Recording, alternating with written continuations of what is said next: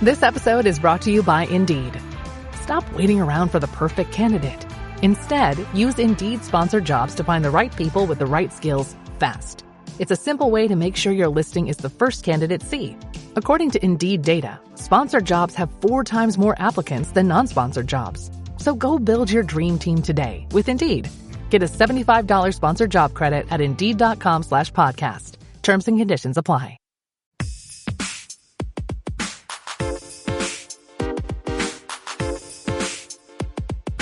Welcome to From Dorms to Desks, job hunting tips for those early in their careers. A podcast brought to you by college recruiter job search site, which believes that every student and recent grad deserves a great career, and hosted by Work Defined. Join our AI co-hosts as they dive into tips, tricks, and insights that will help you land your next part-time, seasonal, internship, or entry-level job. Let's get your career started. Have you ever felt that crushing anxiety?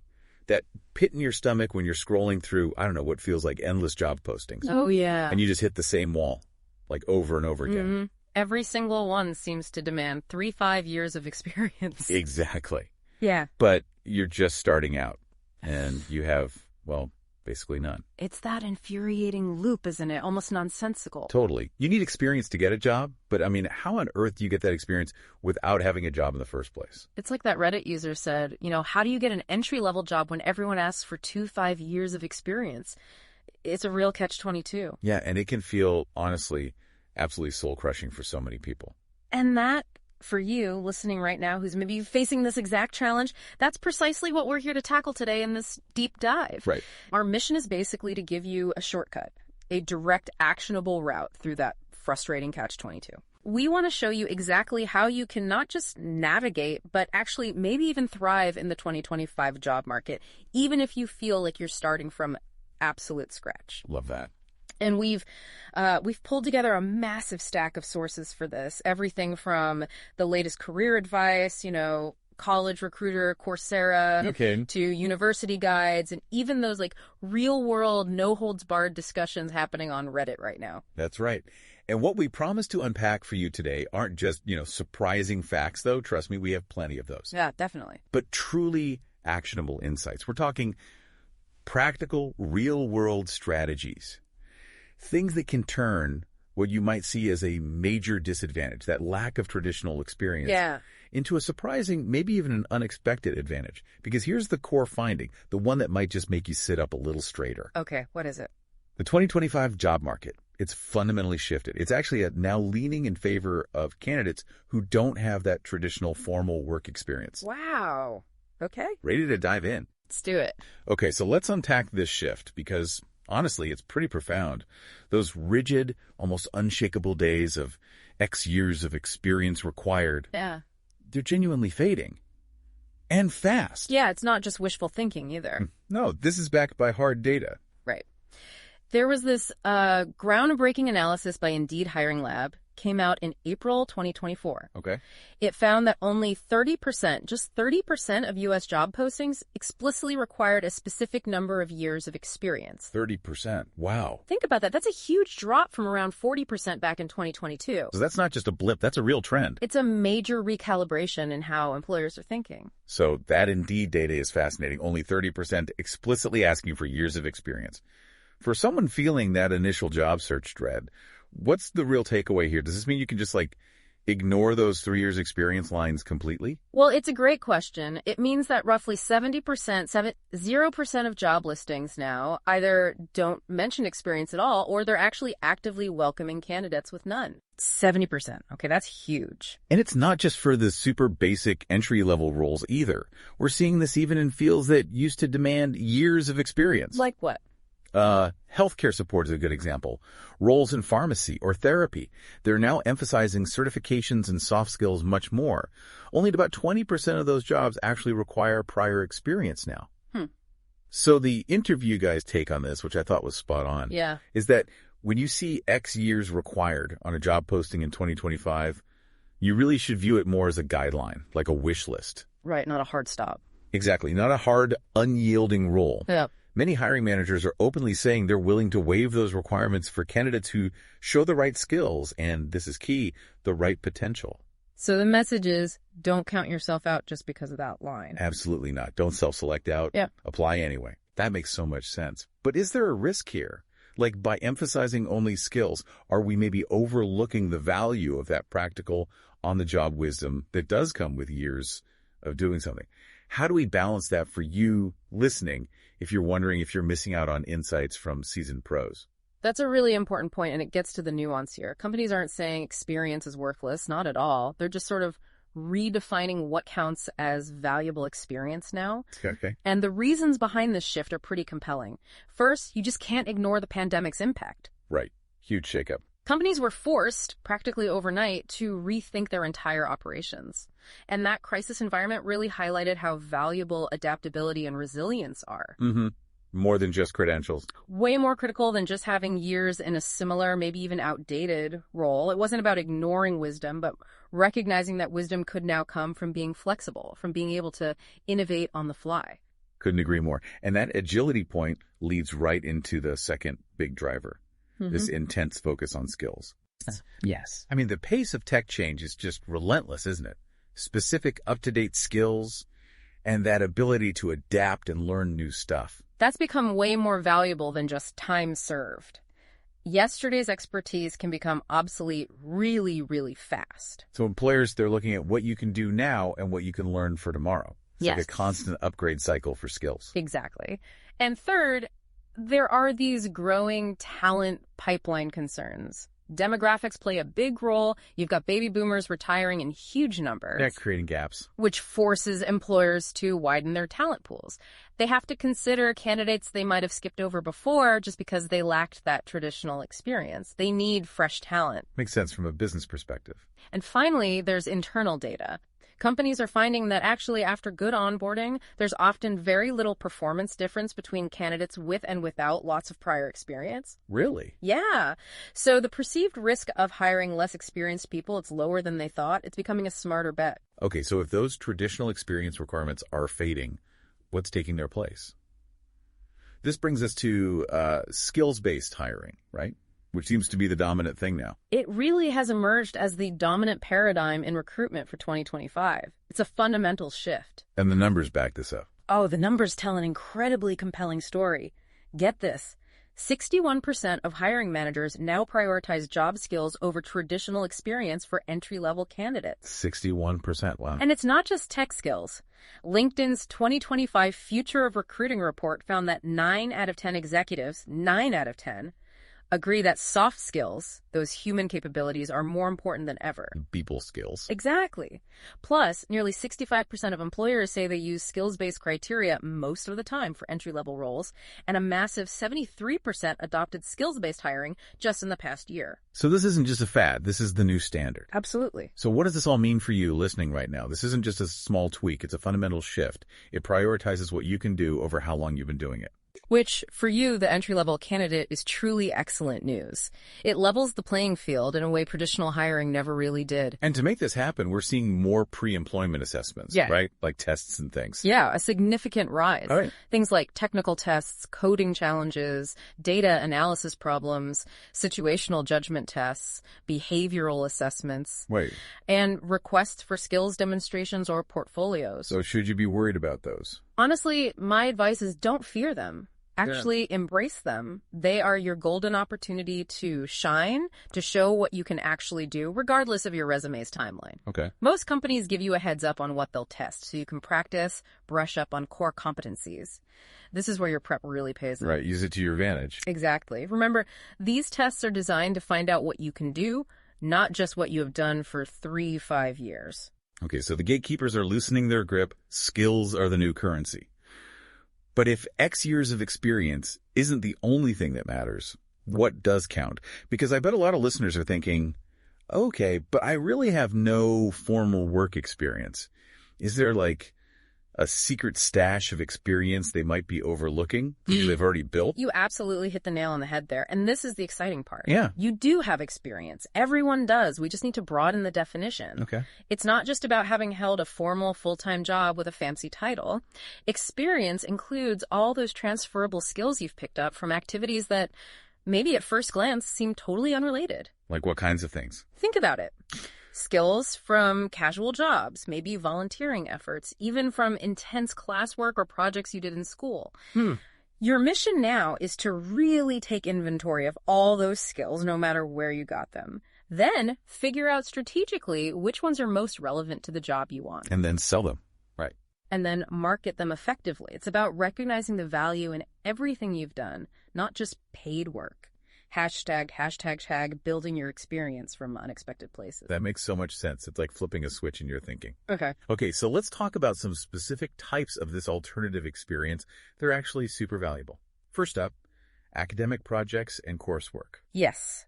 It's a huge misconception that only paid work counts. Your education, your extracurriculars, they significantly prepare you for a job. So how do you showcase that? The key is to emphasize the specific skills you develop, not just list the course name or the degree. Gotcha. Examples. Okay, say you're applying for an entry-level UX design role. Don't just say BA in design.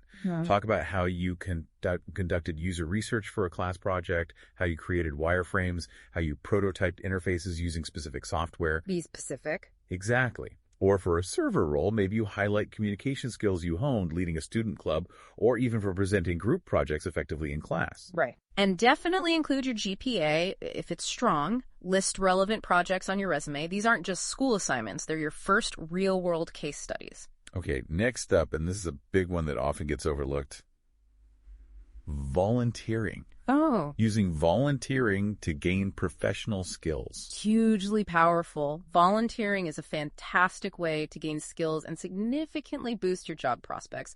There was a federal study, actually. Yeah. Corporation for National and Community Service. It found volunteers have a 27% higher likelihood of finding a job after being unemployed compared to non-volunteers. 27%, that's significant. And get this. That jumps to 51% for people without a high school diploma and 55% for those in rural areas. Wow. Those are really powerful numbers. So what are the benefits? Well, you develop highly transferable skills, Yeah. right? Teamwork, communication, taking initiative, seeing things through stuff every employer wants.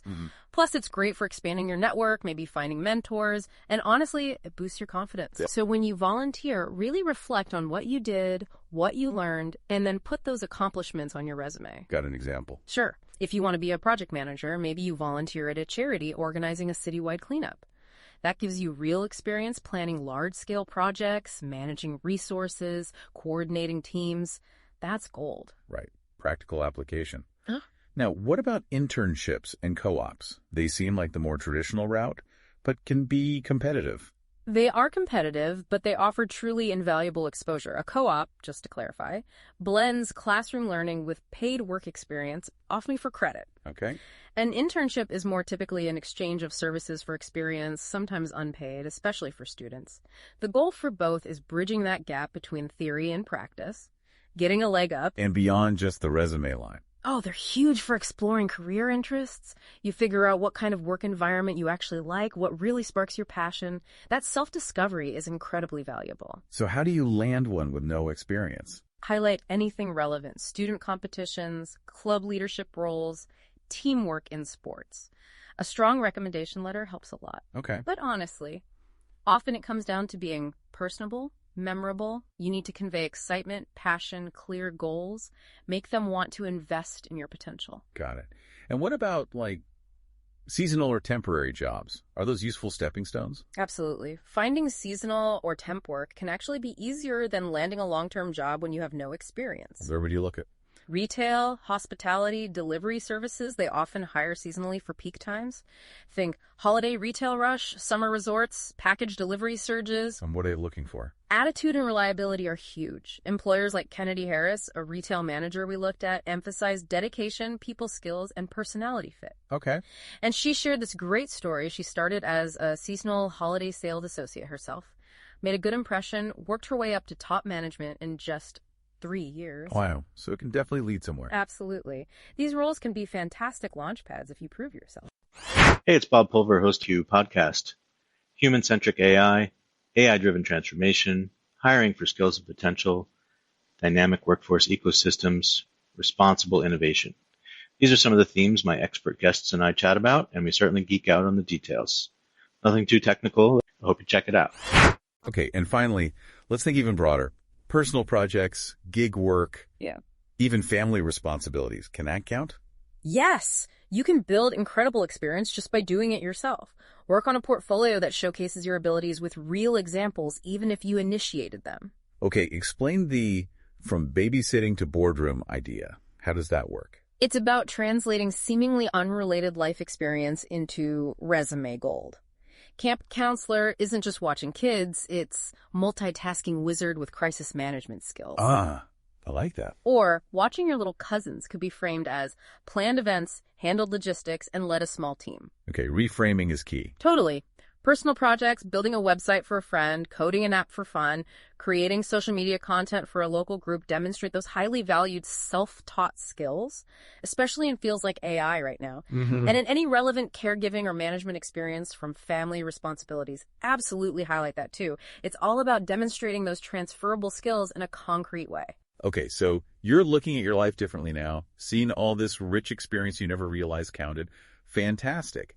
But how do you take all that, the volunteering, the projects, the babysitting, and turn it into a resume and cover letter that actually gets you noticed?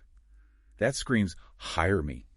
Right, because packaging it correctly is just as crucial as having it. That's the next big puzzle piece, right? Yeah. Getting it down on paper effectively. Hashtag tag, crafting application materials that shine. This is absolutely crucial. Your resume is your marketing document, highlighting the value you bring. But here's the kicker. Yeah. Not all employers want the exact same skills, even for similar jobs, which means... You got to tailor it. One size does not fit all. Exactly. You absolutely need to tailor your resume to each specific position. So how do you do that efficiently? The best strategy is to create a master resume. Right. Put everything on there, all your qualifications, experiences, skills, projects. Okay, your big document. Right. Then, for each job you apply for, carefully read their description. Identify the keywords, the skills, the experiences they emphasize that match yours. And then customize. Customize your master resume based on that specific job. And importantly, try to mirror the language they use in the description. Why mirror the language? 2 reasons. 1, it shows the human reader you've paid attention. 2, and this is critical, it helps your resume get through applicant tracking systems, ATS. Ah, the resume robots. Exactly. Those automated systems scan for keywords. If you don't use the ones they're looking for, a human might never even see your application. Gotcha. And the cover letter, same idea. Absolutely. Your cover letter should mirror the tailored resume, highlighting the same relevant skills and using similar phrasing from the job posting. It reinforces the message. Okay, let's talk optimizing the resume itself for maximum impact. Starting at the top, the professional summary. What's the goal there? Think of it as your mission statement. Those first few lines are arguably the most important on the page. Really? Why? Because you need to be loud and proud about who you are, what your career goals are, and specifically how this job fits into that journey. So less about the past, more about the future. Precisely. If your summary makes a hiring manager curious about their potential role in your future success, you've already won a major battle. It needs to make them want to read more, to imagine working with you. Okay, makes sense. Now, the experience section, remembering that we're defining that broadly now. What goes in there? Include everything relevant, internships, any paid work, those casual jobs like tutoring or dog walking, significant volunteering, extracurricular projects. But keep it focused, right? Laser focus on the demands of the role you're applying for. Tell your best stories, but make sure they're relevant to what the hiring manager needs. Think about their perspective. What problems can you help them solve? Right. And when highlighting transferable skills, those soft skills and hard skills, Yeah. how do you make them believable? Evidence. Concrete evidence. Don't just claim you have skills. Show, don't just tell. Exactly. Instead of just writing excellent communicator, describe how. Maybe you presented research findings to a 30-person audience or created documentation that simplified complex processes for new volunteers. Give specific examples. Always. Specific examples are far more convincing than generic adjectives. It proves you've actually applied the skill. Okay. What about education and extracurriculars on a first job resume? How much weight do they carry? They definitely hold more significance than they might later in your career. They're evidence of your hard work, your achievements, your ability to learn. So include GPA if it's good, relevant projects. Yes, absolutely include your GPA if it's strong, and definitely detail relevant projects or coursework that tie into the job description. But don't overdo it. Right. Resist dedicating like half the resume to it. Your future boss cares more about your career objectives and your personality fit than a detailed list of every single course you took. It's about demonstrating potential for this role. Got it. And you mentioned quantification earlier. Using numbers, why is that so powerful? Numbers make your achievements concrete, tangible, and credible. They give the hiring manager something specific to grasp onto. Can you give some examples? Sure. Instead of just managed social media, say, manage social media accounts, growing followers by 20% to reach 1,200 plus VC. Nice. Don't just say coordinated events, say coordinated events for 50 plus attendees, managing a $2,000 budget. Okay, quantifying the scale and impact. Exactly. Or maybe improve process efficiency by 30% through new documentation system, or even maintained 3.8 GPA while working 20 hours per week. Numbers bring it to life and make it believable proof of your impact. Okay, beyond the content, we mentioned those ATS systems. Yeah. Getting past the robots. Any quick tips on formatting for them? Yes, keep it clean and standard. Use standard section headings, experience, education, skills. Right. Incorporate keywords directly from the job description, naturally, of course. Don't just stuff them in. Avoid tables, columns, and graphics, as they can confuse the ATS. Stick to standard file formats like .docs or PDF, whichever they ask for. Simple is better for the bots. Pretty much. My advice is to keep a running master list of keywords common in your target industry. Then, for each specific application, make sure you're weaving in the most important terms from that job posting, assuming you genuinely have those skills. Okay. And lastly, the cover letter. You called it a secret weapon for people without traditional experience. Why? Because it's your chance to tell a story. Your resume is factual, bullet points. The cover letter lets your personality shine through and connect the dots for them. So what should it include? Start with an enthusiastic hook, maybe a brief anecdote that shows your passion or a relevant skill. Explicitly connect your skills, especially the non-traditional ones, to the job requirements. Address the experience gap head on. Proactively, yes. Explain how your unique background makes you a great fit, maybe even better than someone with typical experience. Show you've researched the company and expressed genuine interest in them and this role. And end strong. Always include a clear call to action, like requesting an interview. And get creative. If you're applying for a writing job, maybe write a short mock article in their style. Show initiative. Prove you can hit the ground running, even if your track record looks different. Okay, so you're reframing experience, crafting killer applications. But then there's that thing you always hear. Network, network, network. Ah, yes, the magic word. And for a lot of people, especially starting out, the reaction is, okay, but how? How do you actually network to get a job? Particularly if you feel like you know nobody. Yeah, that frustration is real. You see it all over Reddit, people feeling like it's some exclusive club they can't get into. Hashtag the power of your network. So what's the secret then? Is there a secret? Well, maybe not a secret, but a key insight. Probably the most important thing we found is this. Networking doesn't get you a job today or tomorrow. Oh. Okay, that's counterintuitive. Right. It says networking gets you a job weeks, months, or years later, depending on how hard you work to keep the connection active. So it's not a quick fix. Not at all. It challenges that instant gratification mindset.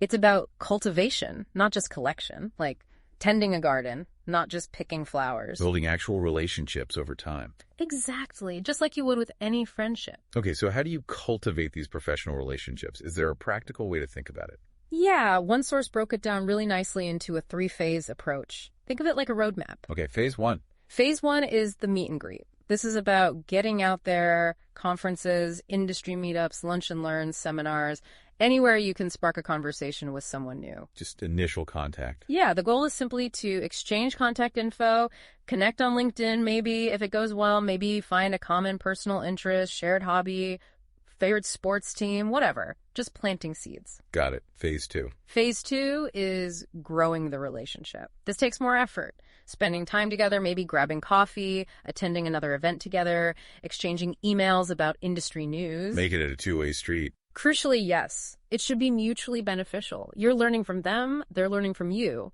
These are the people who become much more likely to recommend you later because they actually know you and respect your interest. Okay, and phase 3? Phase 3 is maintaining the relationship. This is for those connections where there's true compatibility on a personal level. Deeper connections. Yeah, these people become more than contacts. They become friends, mentors. They're genuinely invested in helping each other succeed. But this takes time and genuine connection. So it's tiered. Not every connection needs to be super deep. Exactly. To give you some perspective, I have over 1,000 LinkedIn connections. Probably 80% are level 1, met them once or twice. Maybe 18% are level 2, invested some time. And only about 2% are those really deep level 3 relationships. That puts it in perspective. It's okay to have mostly casual connections. It's natural. Strong connections take time and effort. Okay, so besides general networking, what about informational interviews? I hear those mentioned a lot. Yes, a fantastic tool, especially when you're starting out. It's a strategic gateway to knowledge. What exactly is it? It's not a job interview. Right? Correct. It's a pre-planned one-on-one chat with someone who has a job you think you might like, works in an industry you want to enter, or works at a company that interests you. It's purely for gathering intelligence. Why are they so useful? Oh, tons of reasons. You get real-world info you can't find online. It helps clarify your own goals, builds confidence for actual job interviews, expands your network. Find hidden jobs, maybe. Potentially. You might uncover leads for other informational interviews, learn about different work settings, get personalized advice, and yes, sometimes hear about hidden jobs or internships that aren't publicly posted. Now, here's the tricky part I've heard about. The cardinal rule. Yes. This is critical. Do not ask for a job during the informational interview. No, absolutely. All our sources hammered this point. They agreed to talk, to give advice and information. If you suddenly pivot to, so do you have a job for me? It can feel really off-putting. It breaks the trust. But isn't that kind of the underlying goal? That's the common misconception. While these conversations can sometimes organically lead to job offers, maybe the person is super impressed and they bring it up. Going in with that expectation is usually a mistake. Why? It can lead to disappointment for you, and it makes you seem disingenuous to them. The real goal is genuine learning, expanding your understanding, asking insightful questions you couldn't Google. Building rapport comes first. Okay, so focus on learning, not asking. How do you actually set one up? Start with your existing network, phone contacts, LinkedIn connections. Think relatives, friends, parents' professors, former colleagues if you have any. Ask them for recommendations of people in your target field. A warm introduction is better. Much better. Increases your chances significantly. But you can also reach out cold, maybe through alumni networks or directly on LinkedIn. If you reach out cold, what do you say? Always explain why you're contacting them specifically. I see your career path is similar to what I aspire to, or we went to the same university, or I'm really interested in the work your company does in X area. Personalize it. Okay, and during the interview itself? Build rapport first. Ask about their career path, the pros and cons of their field. Then explain your interests clearly. Ask specific, thoughtful questions. What's a typical day like? What advice would you give someone starting out? Listen more than talk. Definitely. Show genuine curiosity. If you build good rapport, then you might ask for feedback on your resume or advice on your job search strategy, and always end by asking if there's anyone else they'd recommend you speak with. Keep the chain going. Exactly. And after the interview? Follow-up is critical. Send an immediate personalized thank you note. Email is fine. Handwritten can stand out. Mention a specific detail from the conversation. Show you were listening. Yes. Connect on LinkedIn if you haven't already. And try to maintain light contact occasionally. Think long-term relationship, not one-off transaction. And pay it forward when you can later. Right. Be helpful to others too. Now, what about LinkedIn itself as a networking hub? Huge. Many successful job seekers use it heavily. One smart tactic is connecting with hiring managers or recruiters at companies you're targeting before a job is even posted. Proactive outreach. Yeah, send a brief, personalized note explaining your interest in the company or their field. It shows initiative and helps you stand out later from the pile of applications. Engaging with their posts helps too, shows you're paying attention. Okay, now let's be real. Some listeners might be thinking, networking sounds exhausting, or it feels so fake.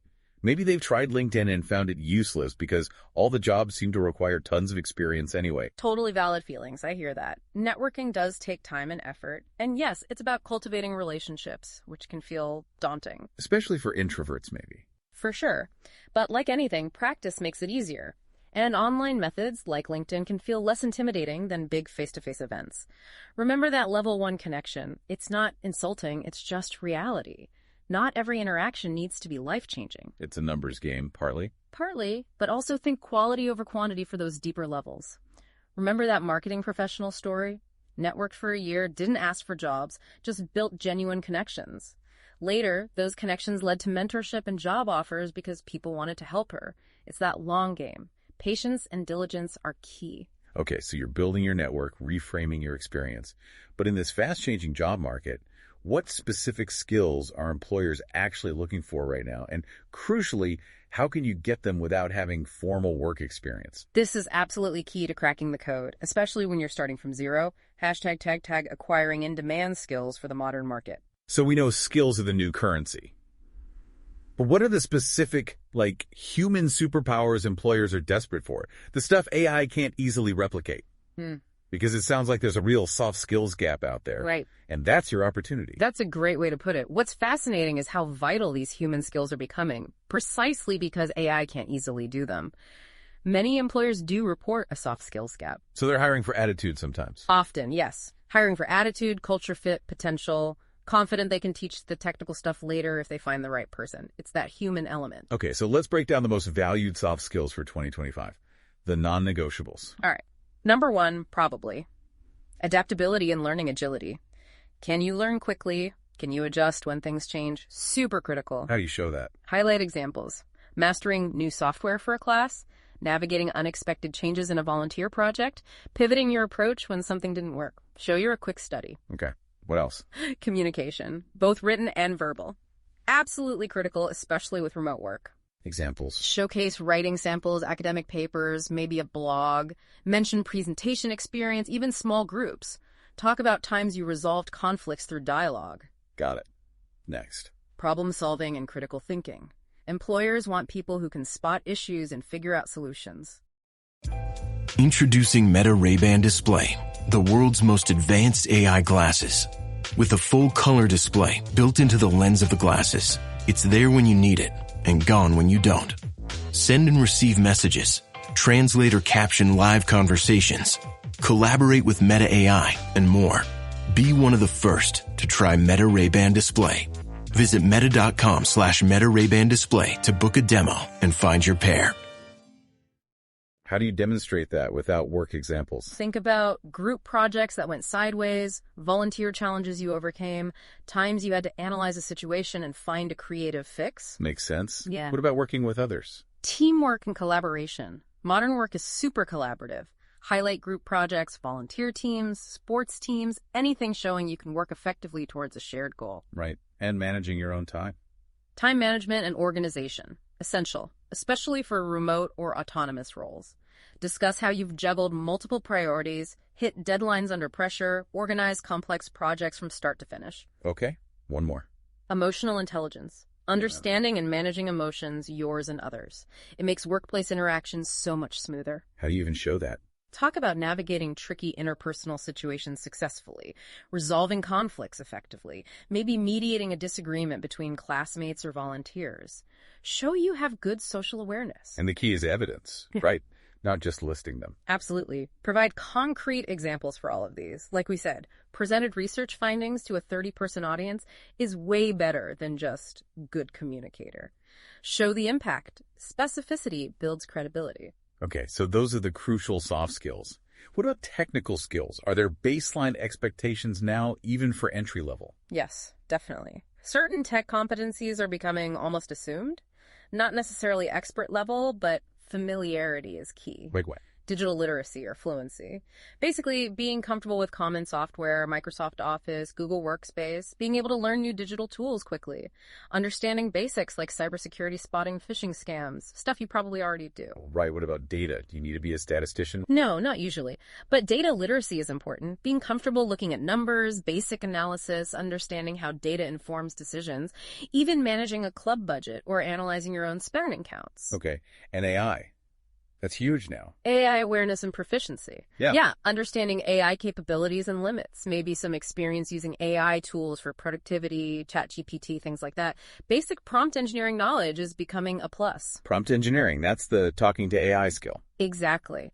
Knowing how to craft inputs to get the desired outputs from AI models, it's a new, valuable skill. Anything else technical? Basic coding concepts. Even for non-tech roles, knowing some HTML, CSS fundamentals, understanding programming logic, maybe experience with simple automation tools that can be a real advantage.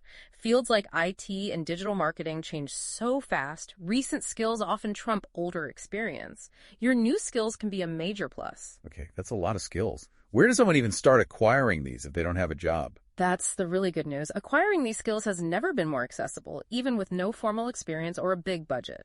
How? Online learning platforms are incredible. Coursera has university-level courses, professional certificates. LinkedIn Learning is great for practical skills. Udemy has affordable courses on almost anything. EDX offers academic stuff. Even YouTube has free tutorials galore. The knowledge is out there. It really is, often free or very low cost. And what about certifications? Do they actually help? Immensely.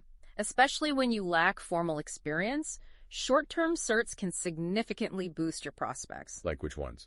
Think Google career certificates, data analytics, project management, UX design. IBM has them in data science, cybersecurity, cloud certs from AWS or Azure, CAPM for project management, software-specific ones like Salesforce or HubSpot. They're recognized by industry. And they're quicker to get than a degree. Much quicker. Many can be done in weeks or months. Ideal for enhancing employability fast. So how do you choose which skills or certs to focus on? There's so many options. Great question. The answer is research. Look at job postings for the roles you want. See which skills are mentioned frequently, especially the ones listed as required. Target those first. Strategic skill building. Exactly. Invest your time where it's most likely to pay off in getting interviews. Okay, so you've identified opportunities, built your skills portfolio. Now, where are the actual hot spots in the 2025 job market? Where are companies most welcoming to newcomers right now?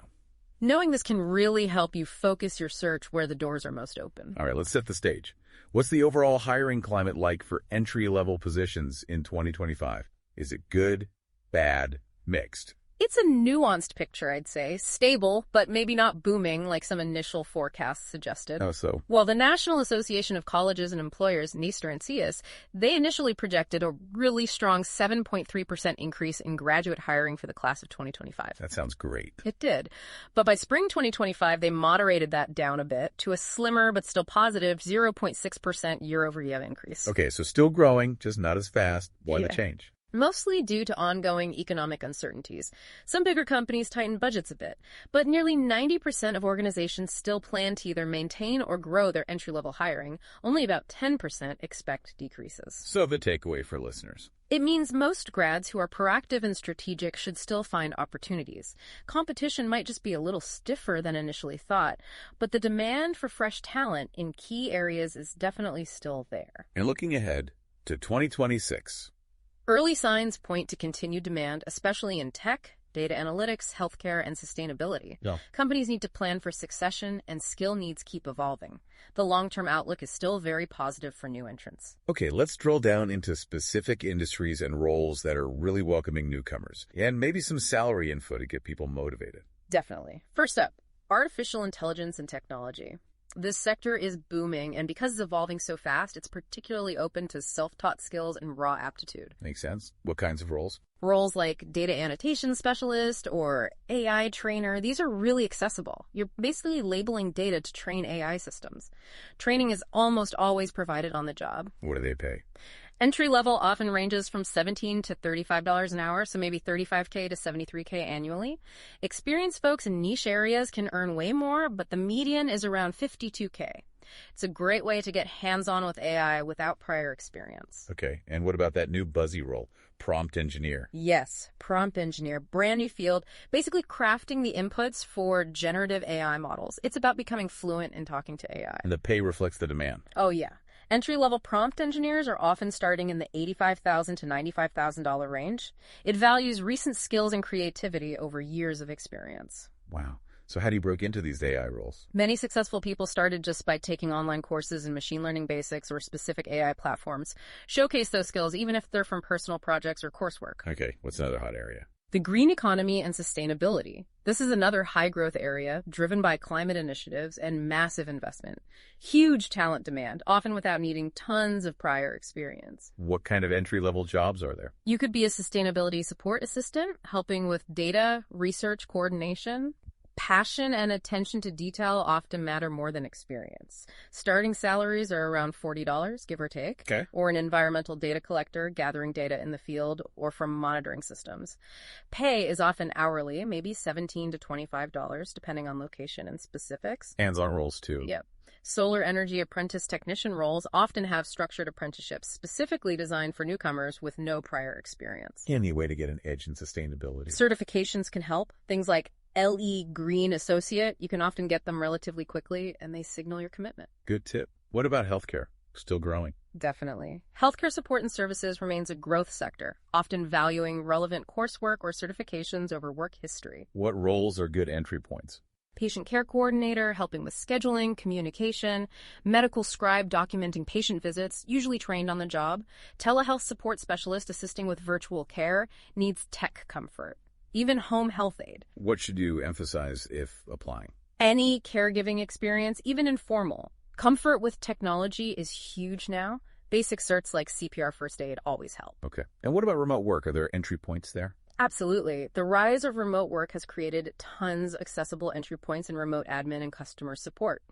These roles often prioritize communication and tech aptitude. Like virtual assistants? Exactly. Virtual assistant or remote administrative assistant. Skills and reliability are key. Pay varies, but entry level often clusters around $20, $25 an hour in the U.S. And customer service? Remote customer service representative. Widely available. Communication skills are paramount. Average entry-level pay is around $15, $20 an hour, maybe $38K a year. Lots of companies hire seasonally for these and train you. Any tips for landing these remote roles? Definitely brush up on common business tools, Asana, Slack, Zoom, Google Workspace, Microsoft 365. Taking free online tutorials and listing those skills shows you can hit the ground running remotely. Okay, so summarizing the salary picture for entry-level 2025. Tech and AI pay the highest, often well above the average new grad salary of $55K. Sustainability starts lower, maybe $35K, $50K, but has great growth potential. Remote admin support is more modest, $30K, $45K, but offers flexibility. So options across the board. And these offer advancement potential. Absolutely. They provide a crucial toehold for advancement. And critically, many don't require a 4-year degree. Certs or associate's degrees often suffice, making good incomes more accessible early on. And the remote work trend itself, is that helping entry-level candidates? Significantly, there were over 70,000 remote entry-level listings on FlexJobs early in 2025. That's a huge number. What are the benefits of remote for someone with no experience? Removes geographic barriers, obviously, often leads to more skills-focused evaluations, can offer cost of living advantages, makes opportunities accessible for people with mobility issues or caregiving duties. It's a game changer. Which industries are strong for remote entry level? Marketing and content creation, sales business development, customer support, admin virtual assistants, IT support, QA testing, lots of options. And for remote roles, what should you emphasize? Digital communication skills, self-motivation, tech aptitude. Show you know remote collaboration tools like Slack, Asana, Trello, Zoom. Prove you can be productive autonomously. Okay. You've found opportunities, built skills, crafted applications. Now the final hurdle. Acing the interview and staying motivated. How do you nail that, especially without years of experience to talk about? This is where your confidence and preparation really shine. It's your moment to make the case. Hashtag, tag, acing the interview and staying persistent. Right, because without that long work history, your interview performance is absolutely critical, isn't it? It really is paramount. And remember, many initial interviews in 2025 will be virtual, so mastering the virtual interview is non-negotiable. Tips for virtual interviews. Test everything beforehand: camera, mic, internet. Set up a clean, professional background. Good lighting is key. Look at the camera lens, not just the screen. It creates a better connection. Like making eye contact. Exactly. Have your resume, the job description, your notes handy but not obvious. And practice. Record yourself answering common questions. Project confidence. Why is confidence so important? Because it makes you memorable, regardless of experience level. Even if you have to fake it till you make it a bit, confidence leaves a strong, positive impression. Okay, but you will get questions about lacking experience. Yeah. How do you handle those strategically? Prepare for them. Why should we hire you without experience? Focus on your transferable skills, your eagerness and ability to learn quickly, the fresh perspective you bring, specific knowledge you've gained yourself. What about the learning curve question? Offer concrete examples of times you've learned something complex quickly. Talk about your research habits, how you proactively develop skills. Show you're resourceful. And if they ask for a relevant accomplishment? Use your academic, volunteer, or personal project examples. Frame them to highlight the skills they're looking for. Preparation is everything here. Turn the perceived negative into a positive. Now, here's where it gets really interesting, right? Telling your story effectively, even if it's not from a formal job. You mentioned the STAR method. Yes, STAR or its cousin, OA. These frameworks are your best friends for structuring your answers. Remind us what STAR stands for. Situation, task, action, result. You set the scene, situation, explain your specific role or goal, task, describe what you actually did, action, and then share the outcome or impact, result. That's STAR. Similar. Situation, obstacle, what challenge did you face, action, result. Why are these so helpful? They force you to be clear, concise, and focused on impact. Before any interview, prepare at least 3 detailed STAR-SOAR stories from your non-work experiences that demonstrate key skills for that specific role. Practice telling them. Yes. Aim for 60-90 seconds each. It boosts your confidence immensely, ensures you have compelling, relevant examples ready to go. Makes your non-traditional experience feel solid and valuable. Okay. Now, what about persistence?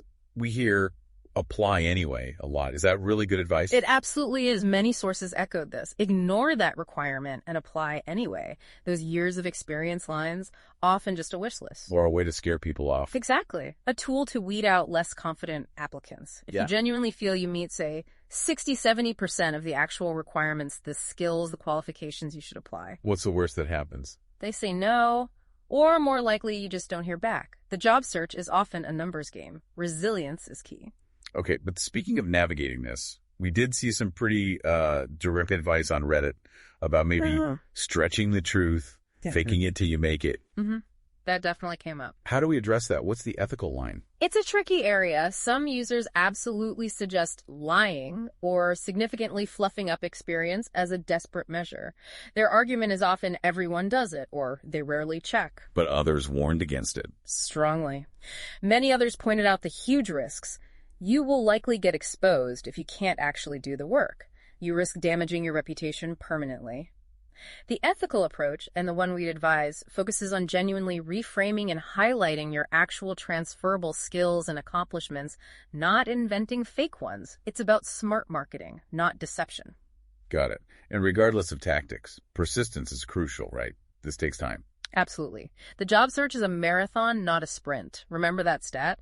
Average unemployment duration in April 2025 was around 23 weeks. That's almost 6 months. Exactly. Right. It often takes time. Don't get discouraged by rejections or silence. Keep looking, keep applying, keep learning, and be willing to adjust your strategy if something isn't working. Stay proactive. Empower yourself by being proactive. Every application, every interview, even the rejections, they're all learning opportunities. Hashtag outro. Wow. Okay, we covered a ton today. Let's quickly recap the core insights from this deep dive on cracking that no experience code in 2025. Let's do it. First, those rigid experience requirements. They're genuinely loosening up. About 70% of jobs are open to candidates without specific years listed. Second, skills-based hiring is king now. It's about what you can do, not just how long you've done something. Third, your experience is way broader than you think. Volunteering, projects, coursework, life skills, it all counts if you frame it right. Fourth, networking is a long game. Build relationships, use informational interviews strategically, leverage LinkedIn.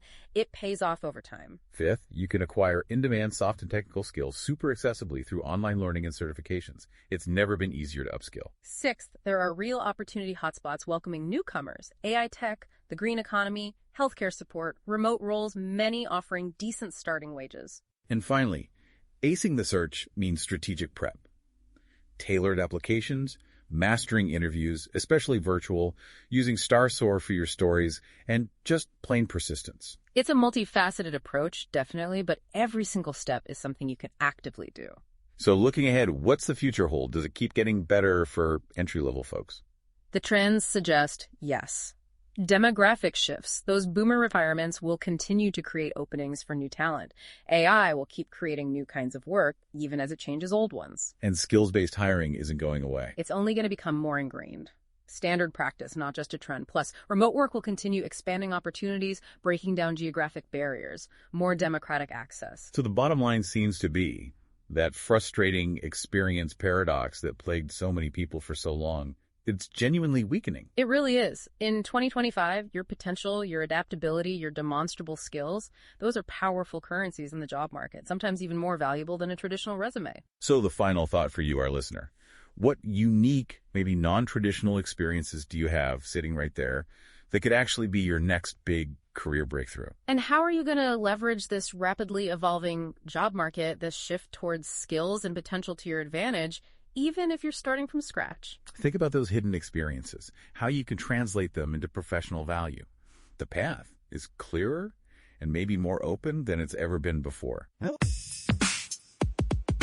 This has been From Dorms to Desks, job hunting tips for those early in their careers. A podcast brought to you by College Recruiter job search site, which believes that every student and recent grad deserves a great career. Each episode, we dive into tips, tricks, and insights that will help you land your next part-time, seasonal, internship, or entry-level job. Subscribe to this podcast for free now, so you don't miss an episode, and visit www.collegerecruiter.com to find your next great job.